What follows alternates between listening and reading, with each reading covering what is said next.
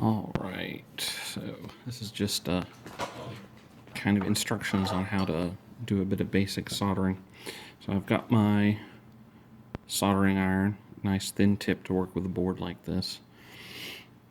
So the thing with soldering irons is you want to make sure that your tip is fairly clean. Normally take a sponge with a bit of water, because what we're trying to do is get a little bead of solder on there. Not even a bead, really, just kind of tip it. So like that's fine. Now we want to apply it to the board itself. So we've got our wire already inserted. We want to very quickly get that in there and pull away.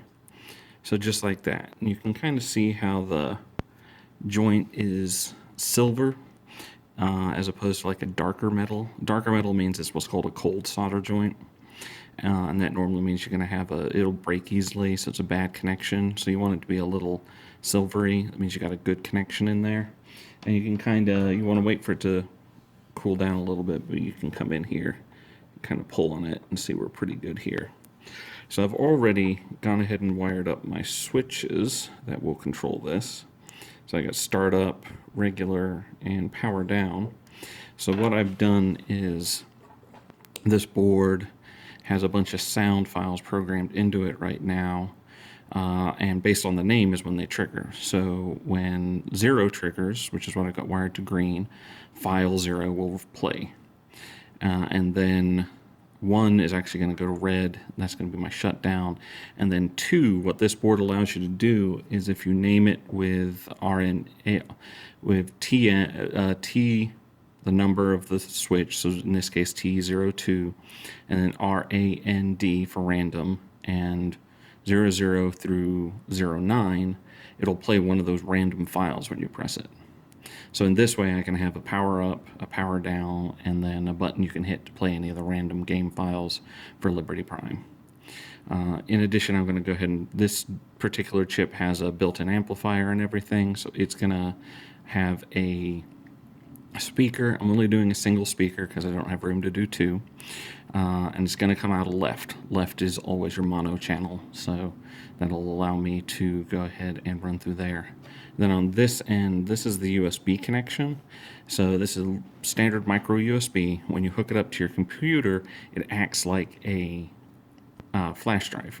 So that's how you transfer the files onto it. It doesn't need any external power during that.